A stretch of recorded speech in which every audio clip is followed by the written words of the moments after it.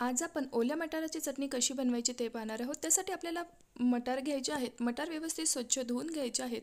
धुतल्यानंतर कढई गरम व्हायला ठेवली होती, त्यामध्ये घालून घ्यायचे आणि व्यवस्थित असे परतून घ्यायचे आहेत। चांगले परतले गेले की आपण ते एका भांड्यामध्ये काढून घेणार आहोत। आता त्याच कढईमध्ये आपण तेल घालून घेऊया। त्यामध्ये हिरवी मिरची आणि लसणाचा ठेचा घालून घ्यायचा आहे। तो छान परतला की त्यामध्ये चवीनुसार मीठ घालून घेऊया आणि आता परतलेले मटार पुन्हा घालून घेऊया।